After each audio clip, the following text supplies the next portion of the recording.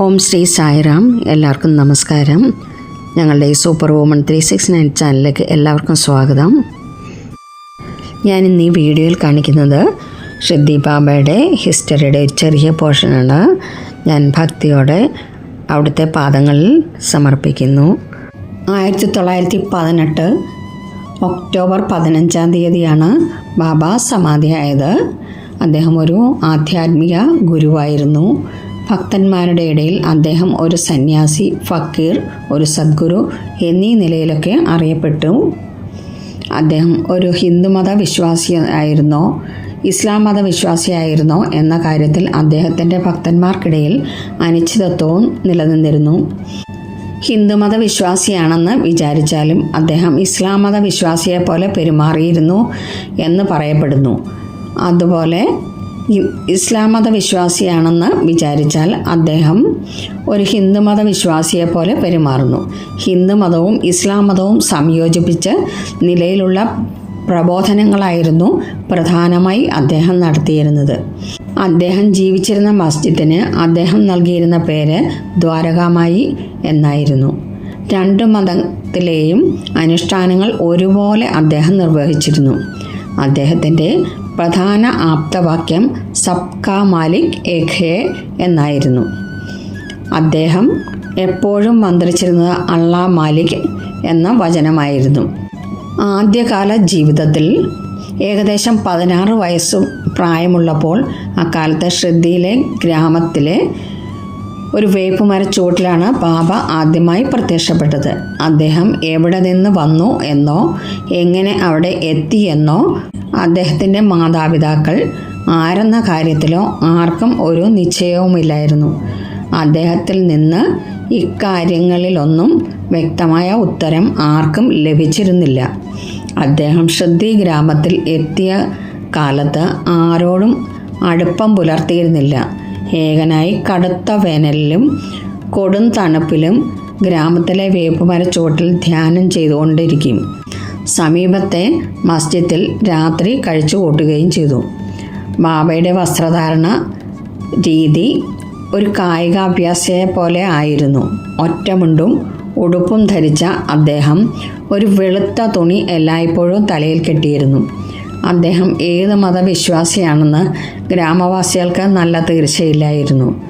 ചില സമയം ഇസ്ലാം മതവിശ്വാസിയെ പോലെ പെരുമാറുന്ന അദ്ദേഹം ചിലപ്പോൾ ഒരു ഹൈന്ദവ മതവിശ്വാസിയെ പോലെയും തോന്നിച്ചിരുന്നു.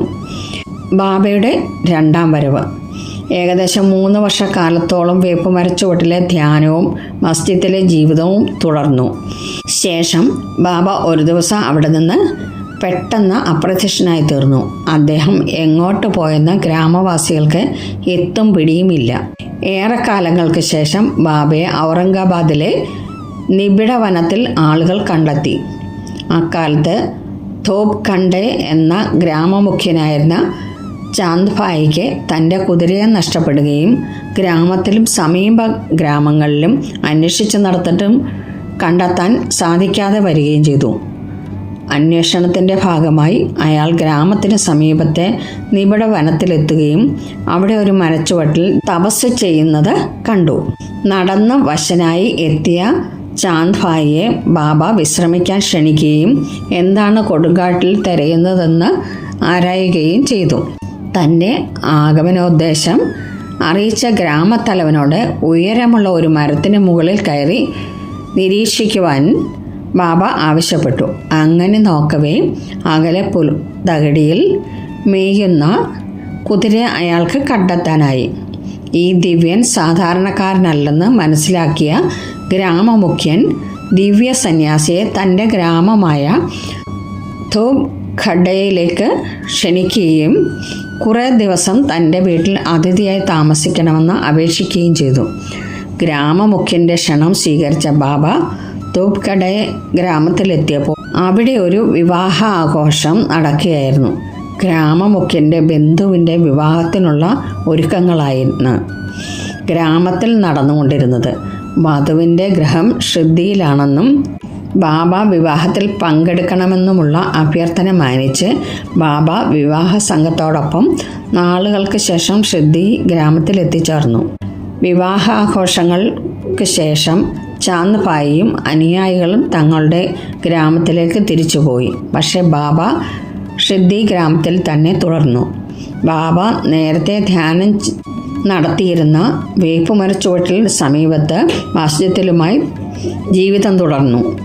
ഇക്കാലത്ത് ഷിർദി ഗ്രാമത്തിൽ ജീവിച്ചിരുന്ന മൊയ്തീൻ എന്ന ഗുസ്തിക്കാരൻ ബാബയുമായി ഗുസ്തി മത്സരത്തിലേർപ്പെട്ടു. ഈ മത്സരത്തിൽ പരാജിതനായതോടെ ബാബ തൻ്റെ ജീവിതശൈലിയിൽ കാര്യമായ മാറ്റം വരുത്തി.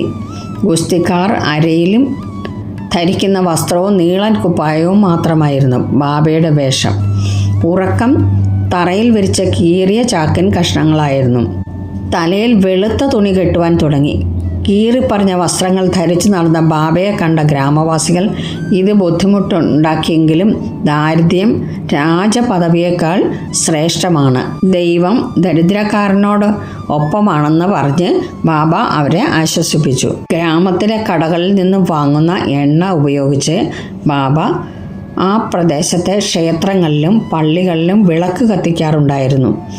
വിളക്കുകൾ കൊളുത്തുന്നത് അദ്ദേഹത്തിന് സന്തോഷം നൽകിയിരുന്നു. ഒരിക്കൽ കടക്കാരൻ അദ്ദേഹത്തിന് എണ്ണ കൊടുക്കാൻ മടിക്കുകയും ബാബ നിരാശനാകാതെ മസ്ജിദിലേക്ക് തിരിച്ച് പോവുകയും വിളക്കുകളിൽ തിരിയിട്ട് എണ്ണയൊഴിച്ചു വെച്ചിരുന്ന കാലിപാത്രത്തിൽ വെള്ളം ഒഴിച്ച് കഴുകുകയും ആ വെള്ളം എല്ലാ വിളക്കുകളിലും നിറയ്ക്കുകയും തിരി കത്തിക്കുകയും ചെയ്തു. ഉജ്ജ്വല ശോഭയോടെ രാത്രി മുഴുവൻ പ്രഭ പടർത്തി. ഈ കാഴ്ച കാണാനിടവന്ന കടക്കാരൻ തൻ്റെ പ്രവൃത്തിയിൽ പശ്ചാത്തപിക്കുകയും ബാബയുടെ അടുത്ത് പോയി തനിക്ക് മാപ്പ് നൽകാൻ അഭ്യർത്ഥിക്കുകയും ചെയ്തു. എല്ലായ്പ്പോഴും സത്യവാൻ നീതിമാന്മാരുമായിരിക്കാൻ ബാബ അയാളെ ഉപദേശിച്ചു. ബാബയുടെ സമാധി 1918 സെപ്റ്റംബർ മാസം 28-ന് ബാബയ്ക്ക് ജ്വരം ബാധിക്കുകയും 2 ദിവസം നീണ്ടു നിന്ന അസുഖത്തിൻ്റെ സമയത്ത് അദ്ദേഹം ഭക്ഷണപാനീയങ്ങൾ പൂർണ്ണമായി ഉപേക്ഷിക്കുകയും വിജയദശമി ദിവസം മഹാസമാധിയാവുകയും ചെയ്തു. Ramanavami April, Guru Purnima July, Vijayadashami October എന്നിവയാണ് ഇവിടുത്തെ പ്രധാന ഉത്സവങ്ങൾ. ഷിർദിയിൽ താമസിക്കുന്ന കാലത്ത് തണുപ്പ് കാലങ്ങളിൽ ബാബ കാട്ടുകമ്പുകൾ കൂട്ടിയിട്ട് തീ കായുമായിരുന്നു.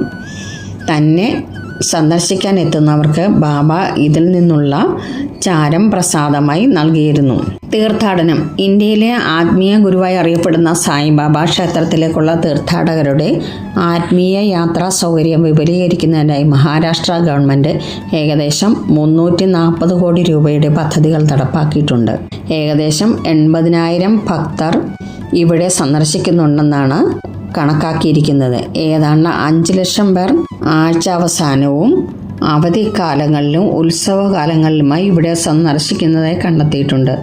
ഷിർദി വിമാനത്താവളം വഴിയും ഷിർദിയിൽ നിന്ന് 125 കിലോമീറ്റർ അകലെ സ്ഥിതി ചെയ്യുന്ന ഔറംഗാബാദ് വിമാനത്താവളം വഴിയും സായിനഗർ ഷിർദി റെയിൽവേ സ്റ്റേഷൻ വഴിയുമാണ് ഭൂരിപക്ഷം തീർത്ഥാടകരും എത്തുന്നത്. നമസ്കാരം. Thank you so much.